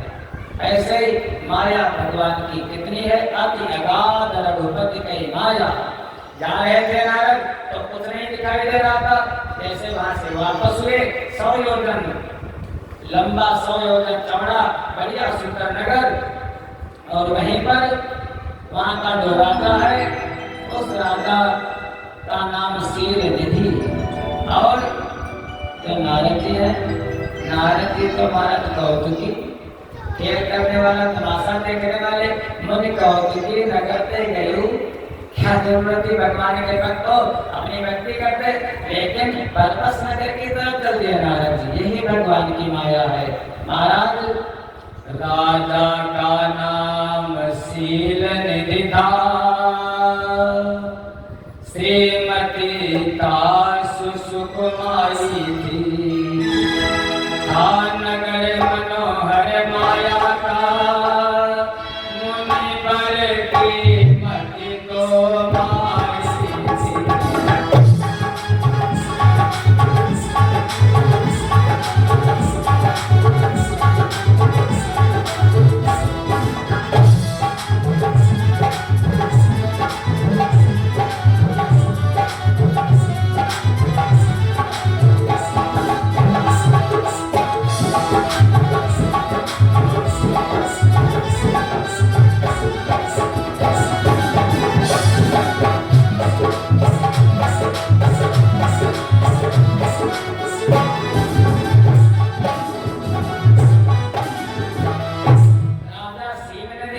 और उनकी जो बेटी उसका नाम है श्रीमती। श्रीमती हो तो साक्षात लक्ष्मी, श्री माने लक्ष्मी। लेकिन नारद को दिखाई दिया विश्व मोहिनी। अरे विश्व को मोहित करने वाली इतनी सुंदर। ऐसे नारद जी पहुंचे दरबार में, राजा ने यथोचित सत्कार किया, आसन दिया, बैठाया और आने दिखाई नारद ने भूपति राजकुमारी, काऊ सुता के दोष गुण मुनि बरह गए विचारी। नारद आप तो सबको जानते हो, आके करके बता देते हो, बताओ। ला करके कन्या का हाथ नारद जी को दिखाया। नारद ने कहा हाथ तो, अरे मैं तो मस्तक की रेखा पढ़ करके बता दूंगा। नारद जी हाथ कम देखते हैं, भगवान की माया है, हाथ कम देखते हैं, लेकिन मन में कुछ और चल रहा है महाराज। जैसे देखा जो यही वर्ण, अरे इसका जो वर्ण करेगा अमर सोई होई, जो इसका वर्ण कर लेगा अमर हो जाएगा। लेकिन उनको ये बोध नहीं हो रहा है कि कन्या जिसका वर्ण कर लेगी वो अमर होगा। जो यही बने अमर सोई, समर भूमि पे जीत न कोई, उसको युद्ध में कोई जीत नहीं सकेगा। जब ऐसा मन में नारद विचार कर रहे थे, हाथ कम देख रहे थे और मुख ज्यादा देख रहे थे। और सबसे बड़ा दोष यही है महाराज अपने यहाँ, वो तो देवर्षि नारद की बात अलग है, मुख ज्यादा देखते हैं। और होना क्या चाहिए, कहते हैं परदारा माते सुपरद्रव्ये सुलोष्टवत आत्मवत सर्वभूतेषु यः पश्यति स पंडिता। परदारा माते, दारा माने पत्नी, दूसरे की पत्नी कैसे, माता के जैसे। परदारा माते परद्रव्ये सुलोष्टवत, दूसरे का धन कैसे, लोष्ट माने मुर्दावत, सबके जैसे दूसरे का धन महाराज। परद्रव्ये सुलोष्टवत आत्मवत सर्वभूतेषु, जितने भी जीव दिखाई देते हैं महाराज, किसी भी जाति के, ऊंचे से नीचे से, कोई भी आत्मा तो हमारी आत्मा ही है। या पश्चिम से पंडिता, जिसकी दृष्टि सम हो महाराज वही पंडित है। एक कथा सुनाने वाले, यज्ञ कराने वाले, कर्मकांड कराने वाले वो पंडित। पंडित में जिसकी दृष्टि सम महाराज, ये बार बार कहा गया है महाराज। अपनी नजर में, अपनी दृष्टि में आपकी दोष ना हो, बस कहते हैं अगर तू दृष्टि तुम डालोगे, अपनी आंखें खुद खोलोगे। अगर तू दृष्टि तुम डालोगे, अपनी आंखें खुद खोलोगे। नहीं कोई दे सकेगा तुमको आई आइंद में प्रभु की बड़ी पालिया।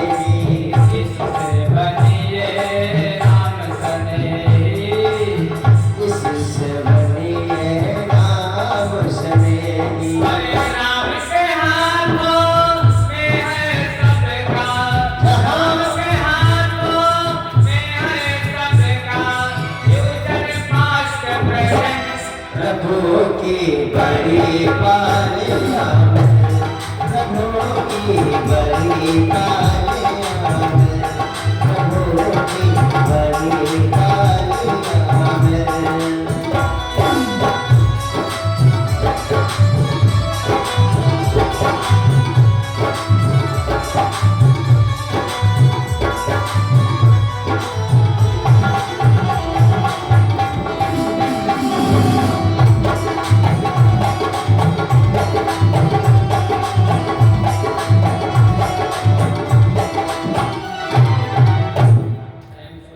भगवान की जय हो।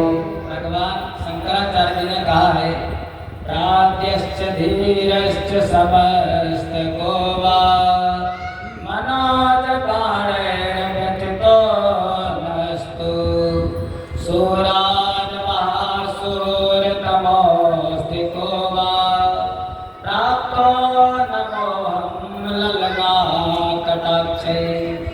प्राज्ञश्च धीरश्च, सबसे बड़ा ज्ञानी और सबसे बड़ा बुद्धिमान कौन है महाराज?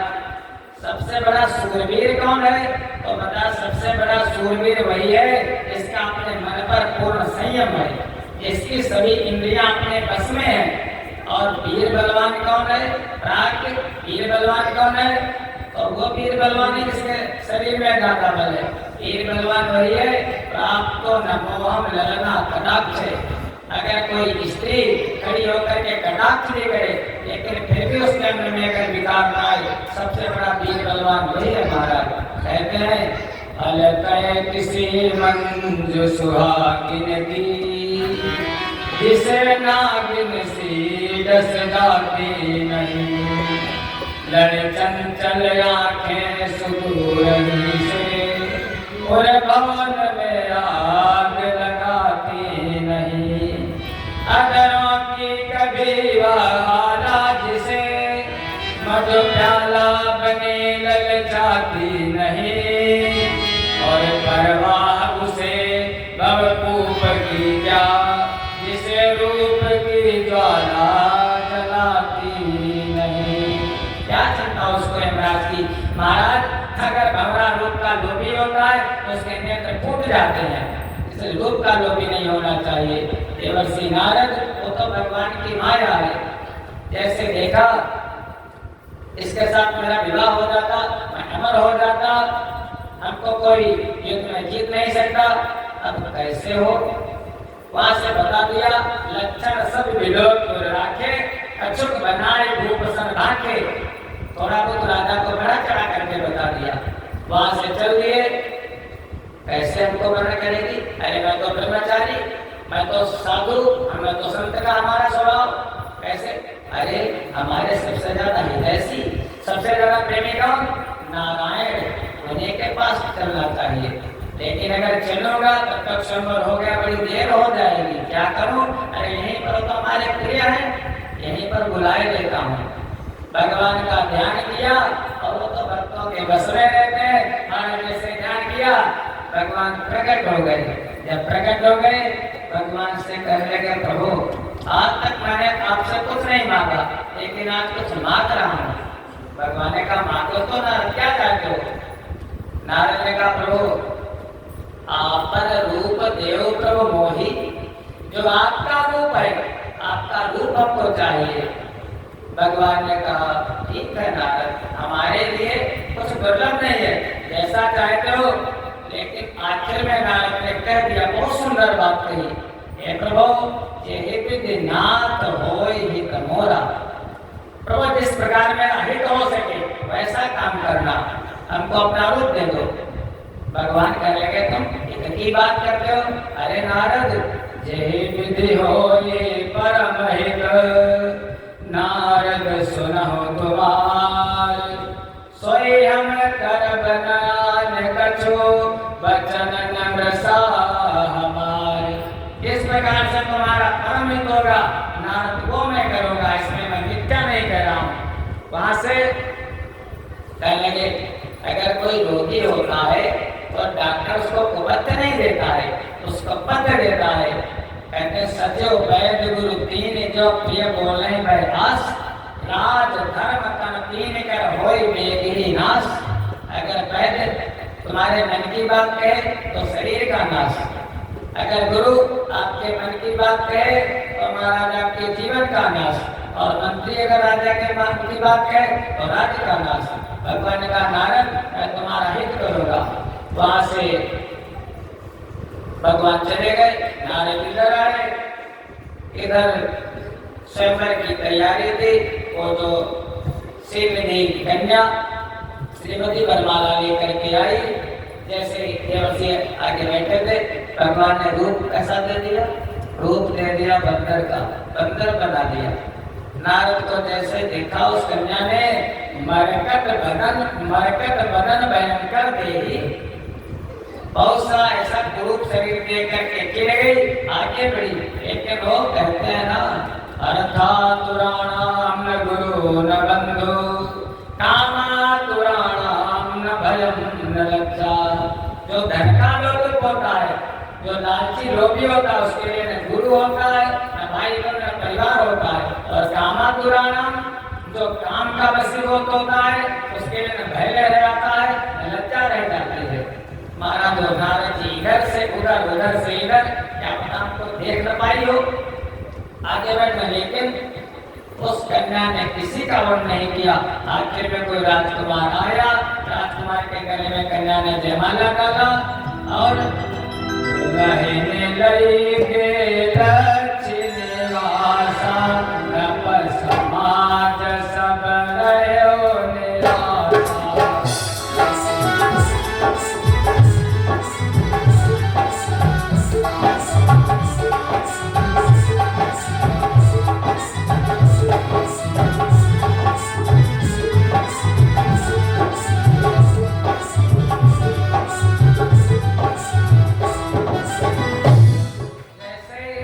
राजकुमार आया, राजकुमार उस कन्या का वर्ण करके चल दिया। नारद का मन बहुत खराब लगा, उदास मन से नारद जी वहां से चल दिए। तब तक पता चला, भगवान के गणों ने बता दिया, कहे कहाँ तो रुद्रगढ़, बता दिया कि बहन ले गए लक्ष्य निवासा। अरे नारद को क्रोध आ गया, कहने लगे ऐसा तो का, अरे कहाँ के पर सब काहू, सबको धमका दिया है, आदि असंख्य मन सदा उचाहू, सबके सब धोखा किया। लेकिन आज किससे पाला पड़ा है, आज किसी भक्त से, आज नारद से पाला पड़ा है। नारद कहने लगे धोखा धोखा धोखा धोखा, सबको अब तक चलते आए, असुरों को मदिरा पिला दिया, भोले को विष देते आए।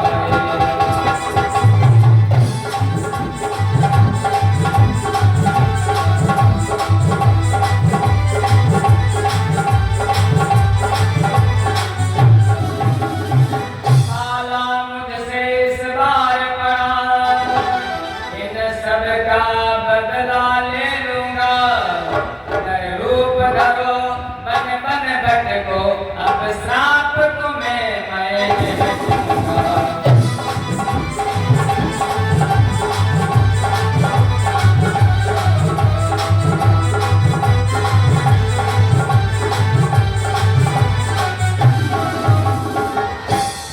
तुमने मेरा बड़ा अपकार किया। अरे आपकी तो दो और हम एक गृहस्थी बसा रहे थे, और भी तुमको अच्छा नहीं लगा, कहाँ की परिचय सब काहू। अब बंचव मोय जवन कर देहा, सोई कन धरव श्राप मम केहा। मैं तुमको श्राप देता हूँ, तुमने जो शरीर मुझको दिया है, जाओ कब याकृत तुम कीन तुम हमारी, तुमने मुझको बंदर बना दिया, करी है 21 सहाय तुम्हारी, मम अपकार कीन तुम भारी। जाओ, तुमने हमको स्त्री का वियोग दिया, और स्त्री के बिना हमें तुम बदमत भटकोए, तुमको श्राप देता हूँ। भगवान चुप, जब भक्त बोलता है भगवान के आगे तो भगवान फिर सुनते रहते हैं। अरे जो कुछ उसको कहना है, भगवान उसकी जो बुरी बातें होगी भगवान को स्तुति करती है। भगवान कहते हैं अहम भक्त पराधीनो या स्वतंत्र द्विज। अरे मैं तो भक्तों के अधीन हूँ, मैं स्वतंत्र हूँ। नारद बोलने लगे, भगवान चुप बिल्कुल। जब नारद सब बोल हुए भगवान ने कहा ठीक है नारद, जो तुमने कहा मैंने तुम्हारा श्राप स्वीकार कर लिया। और वो तो भगवान की इच्छा पहले से थी। वो सब एक खेल, भगवान के खेल निराले होते हैं। ये इनकी बात है। क्या हुआ? वैकुंठ में माँ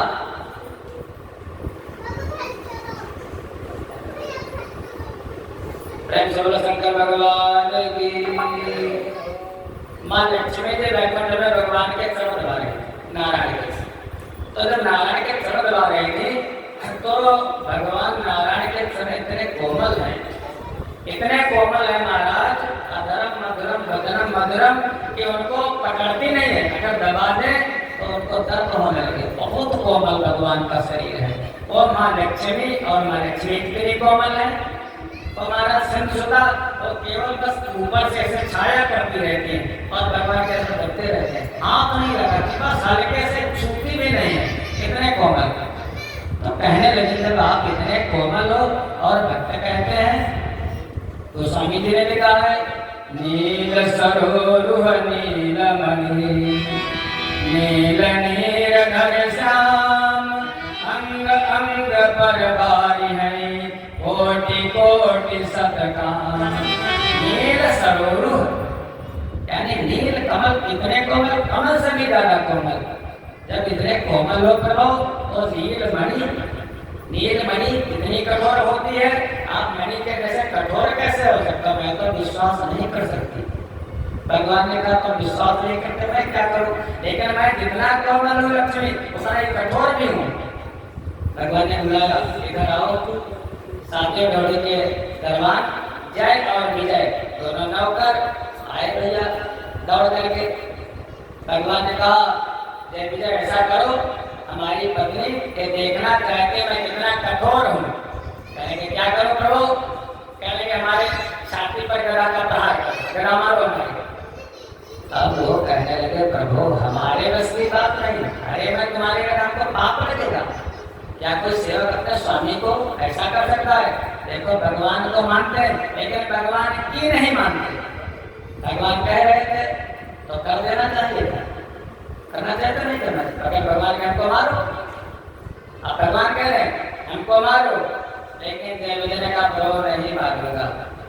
भगवान की बात जय और विजय ने वैकुंठ में नहीं मानी, क्योंकि नीलकमल भगवान अपनी पत्नी को दिखाना चाहते थे और पत्नी देखना भी लक्ष्मी चाहती थी। आप कितने कठोर हो। भगवान ने कहा जय विजय अगर नहीं मानते हो तो कभी न कभी तो तुम मानोगे, तुमको करना तो पड़ेगा। भगवान की माया, भगवान ने माया रची। ब्रह्मा जी के मानस पुत्र सनकादि ऋषि भगवान का दर्शन करने के लिए आए और जैसे सातवीं वाली ड्योढ़ी पर पहुंचे इन लोगों ने रोक दिया, आगे जाने नहीं दिया। वहीं पर महाराज सनकादि ने श्राप दिया, निश्चितर जाय हो तुम दो, जाओ तुम दोनों निशाचर हो जाओ, 3 दिनों तक निशाचर हो। अब वही जय और विजय रावण कुंभकर्ण हो गए। भगवान नर का रूप बना करके आए, माँ सीता लक्ष्मी जी सीता बन करके आए और वहीं पर वो जय विजय दोनों रावण कुंभकर्ण भगवान पर बार बार तीर से तलवार से गदा से प्रहार करते हैं और माँ सीता को सब मालूम, सब देखती है। इसलिए नील सरोरुह नीलमणि, भगवान कोमल से कोमल भी है और भगवान कठोर से कठोर भी है। वो परमात्मा। नारद जी ने कहा प्रभु मैंने जैसे जब हरि माया दूरी निवारी नहीं कहा रमान राजकुमारी। वहां पर कुछ नहीं, जैसे माया का पर्दा हटा नारद जी भगवान के चरणों में गिर गए। प्रभु मैंने बहुत बड़ा अपराध किया है, नाथ हमको क्षमा कर दो। भगवान ने कहा मम इच्छा का तीर दयाला। नारद ऐसा हमारी इच्छा थी, जाओ। नारद ने कहा हमारा पाप कैसे खत्म होगा? कहने के बस हमारे इष्ट देव भगवान शिव, जा करके भगवान शिव का जप करो भगवान शिव का ध्यान करो और भगवान शिव का कीर्तन करो। जब उनका कीर्तन भजन करोगे तो तुम्हारा कल्याण हो जाएगा। जपा हो जाए शंकर सत नामा, जाकर के स्तुति करो। नारद जी चले आए और कैलाश पर बैठ करके भोले बाबा की स्तुति करने लगे। तन है नंगा मन अड़वंगा, तन है नंगा मन अड़वंगा, और जटा में गंगा धारे हैं, जो देवों के महादेव हैं, वही नाथ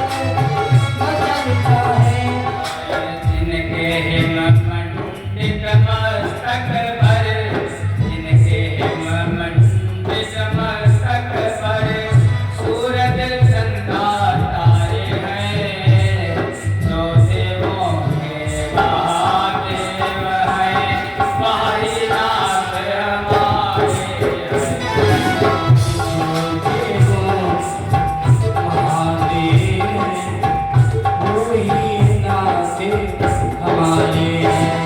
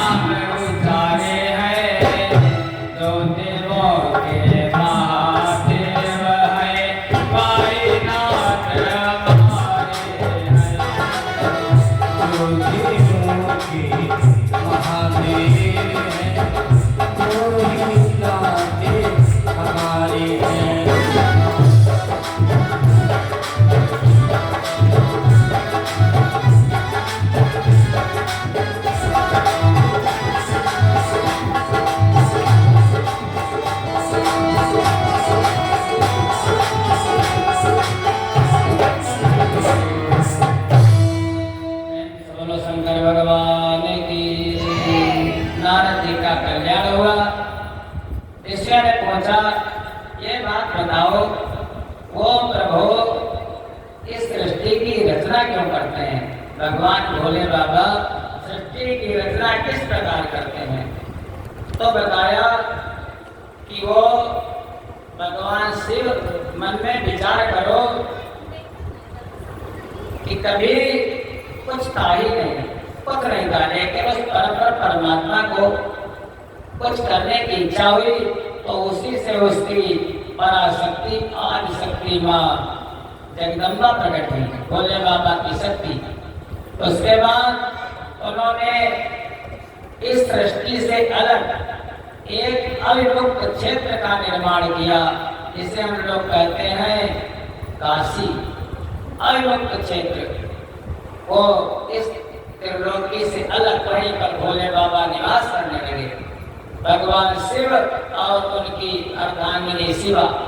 एक दिन भोले बाबा के मन में आया कि सृष्टि का विस्तार कैसे हो, तो उन भोले बाबा ने अचानक अपने बामांग पर, बाएं अंग पर अमृत लिया और बाएं अंग पर अमृत लेकर के मल दिया।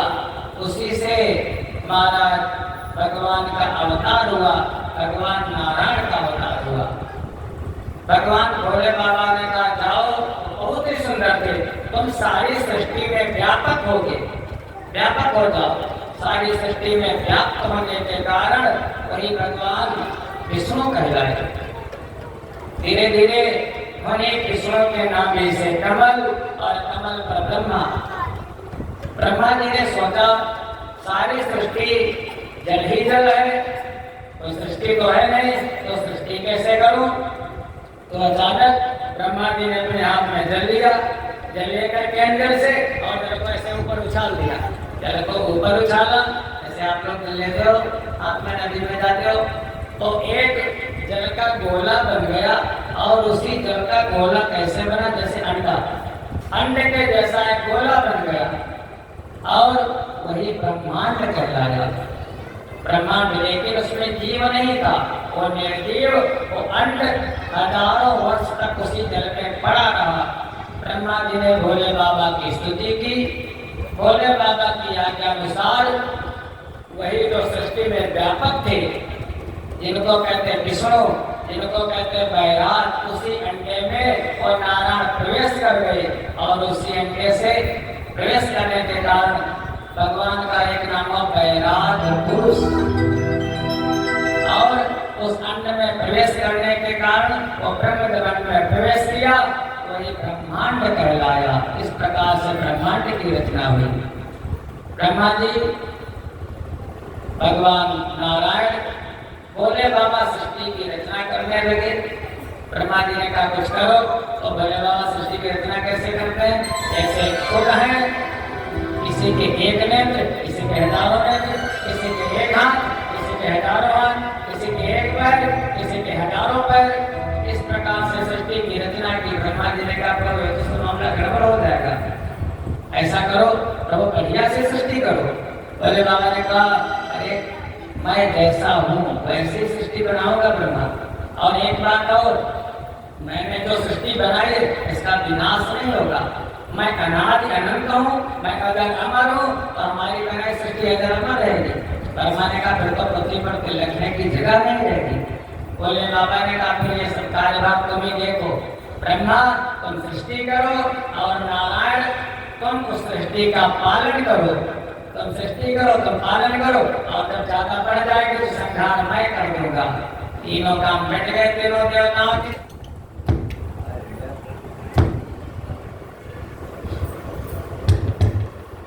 शंकर भगवान की तीनों काम घट गए। अब ब्रह्मा जी सृष्टि करने लगे। तो ब्रह्मा जी ने सृष्टि की रचना कैसे की? तो थोड़ा ध्यान देना। ब्रह्मा जी ने 4 प्रकार की सृष्टि की। उद्भिज, उद्भिज के बाद स्वेदज, स्वेदज के बाद अंडज, और अंडज के बाद जरायुज। 4 प्रकार की सृष्टि की ब्रह्मा जी ने। उद्भिज, उद्भिज में एक कला, एक कला माने शक्ति। उद्भिद जैसे पृथ्वी में आप बीज डालते हो, कभी बरसात का महीना लौकी का डालो, तरोई का डालो, मूंगफली का डालो, तो पृथ्वी को फोड़ करके एक पेड़ निकल आता है। उसमें भी जीवन होता है, उसमें भी जीव होता है। उसके अंदर उस उद्भिद जो पृथ्वी से फोड़ करके प्रकट हुए उनको का उद्भिद, उसमें एक कला। उद्भिद के बाद स्वेदक, स्वेदक माने स्वेद कहते हैं पसीने को, जो पसीने से कभी कभी जीव उत्पन्न हो जाते हैं। कभी कभी ठंडक आए महाराज और कपड़े पहने रहो, ज्यादा दिनों का स्नान मत करो तो छोटे छोटे हो जाते हैं ठंडक में, कहीं बगल में, कहीं कपड़ों में, और जब धूप निकल तो निकाल करके ऐसे ऐसे उनको स्वेदन, या ज्यादा दिन तक जैसे बाल न धुलो, शैम्पू मत करो तो सर में भी हो जाते हैं। स्वेद से, पसीने से, पसीना आया, पसीने से अचानक क्या हुआ, कहीं चूहे हो गए, कहीं कुछ हो गया, वो स्वेदन। उनमें दो कला उनमें भी होती है। उनको भी दर्द होता, उनको पीड़ा होता, उनको भूख लगती तो खून चूसते आपका, उनमें दो कला। फिर उसके बाद बनाया अंडज। अंडज माने तो अंडे से उत्पन्न होते हैं। ब्रह्मा जी ने जो तीसरी सृष्टि की, बहुत से जीव है जो अंडे देते हैं, बहुत सी चिड़िया अंडे देती हैं।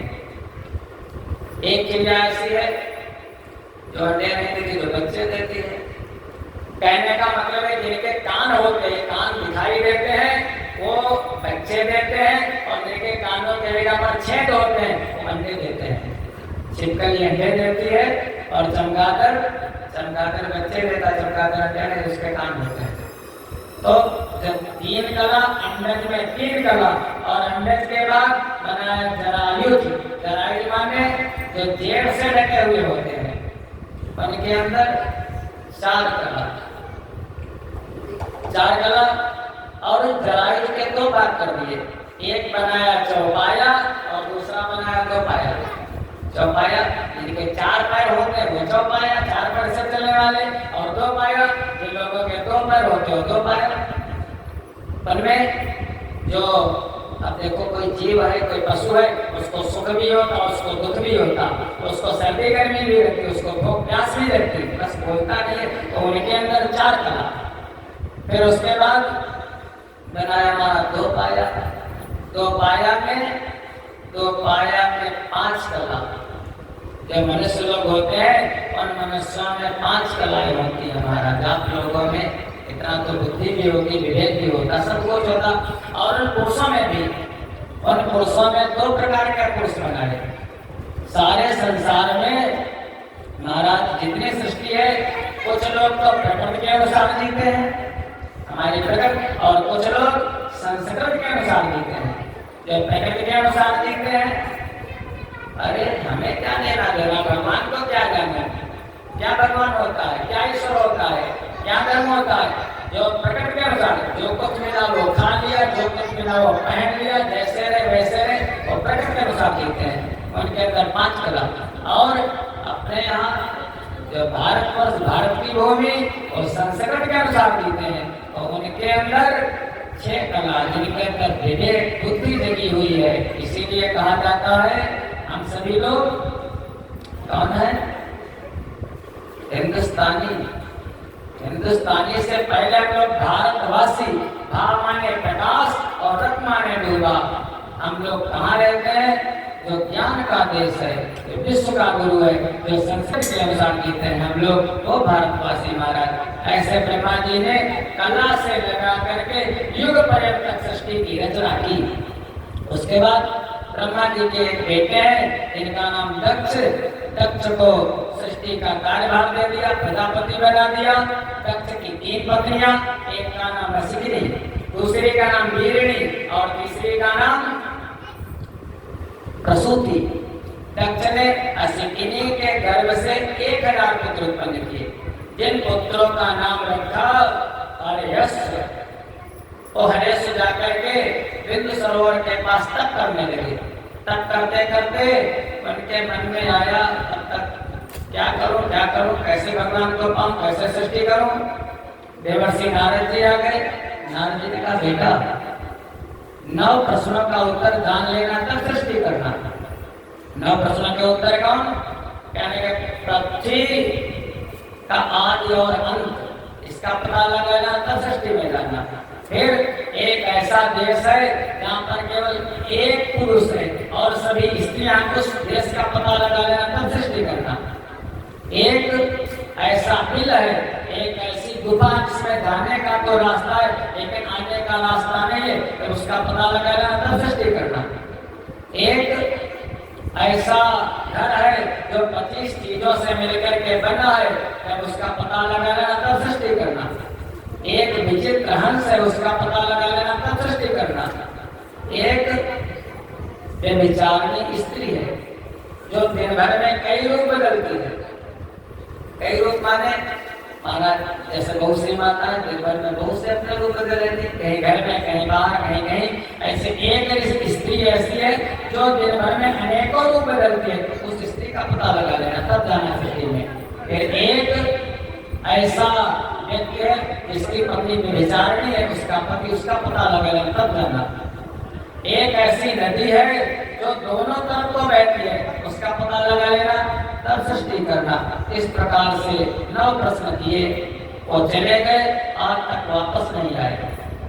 जब वापस ने दक्ष का पता हमारे पुत्रों को बहका दिया। दक्ष ने भेड़े के गर्भ से 1000 पहले अस्तिनी से गर्भ से किया था, अब की भेड़े के गर्भ से 1000 पुत्र और उत्पन्न करने, जिनका नाम रखा सबलाश। और फिर गए तपस्या करने के लिए, सृष्टि आगे बढ़ाऊंगा। नारायण जी फिर आ गए, कहने लगे क्या करने आओ? कहने लगे पिताजी ने कहा सृष्टि आगे बढ़ाना।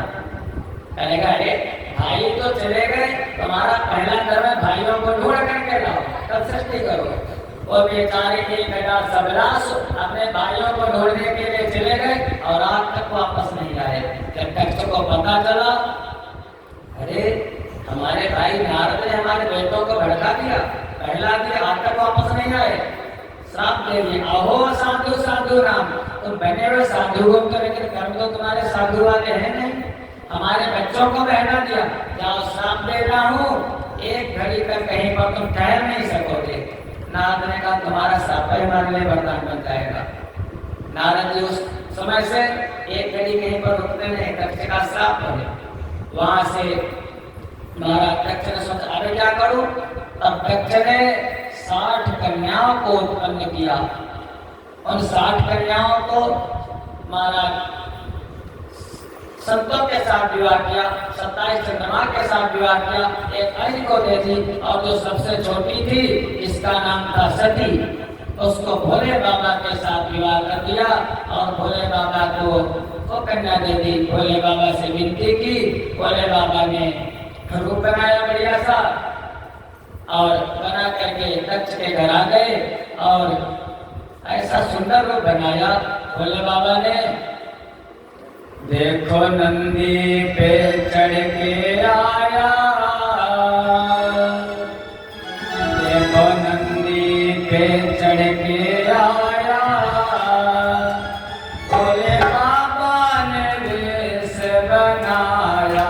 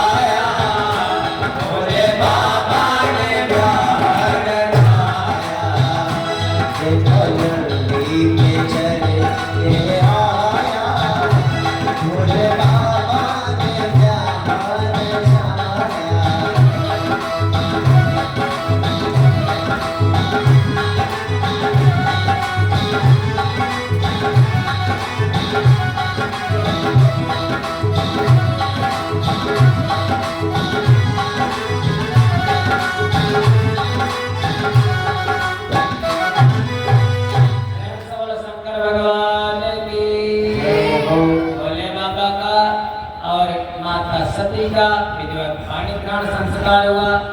ब्रह्मा जी ने विवाह करवाया।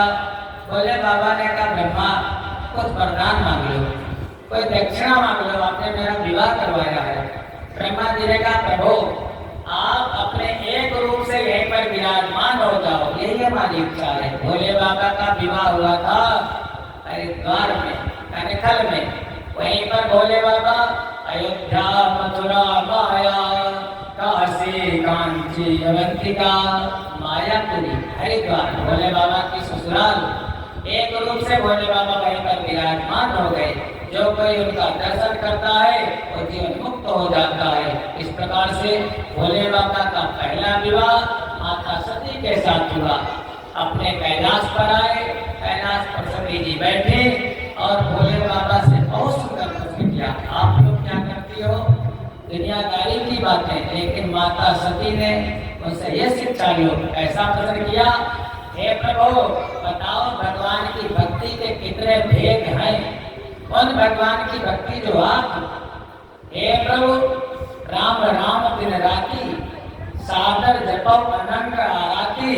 प्रभु आप राम नाम तो जपते हो और राम की भक्ति कैसे की जाती है, भक्ति के कितने अंग हैं। भोले बाबा ने कहा सती भक्ति के 9 अंग हैं।